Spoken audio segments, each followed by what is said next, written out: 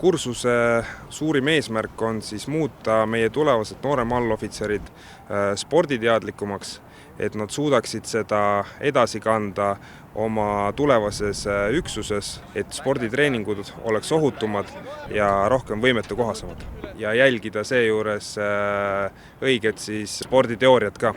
Kuidas tundub uus kehalise kasvatuse kursus?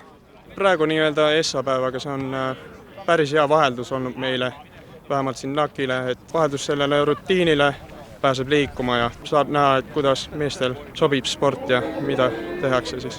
Kaitseväe eesmärk ikkagi on parem Eesti kaitsevõime ja kui meil on füüsiliselt võimekamad meeskonnaülemad ja sõdurid, siis muutub ka Eesti kaitsevõime paremaks.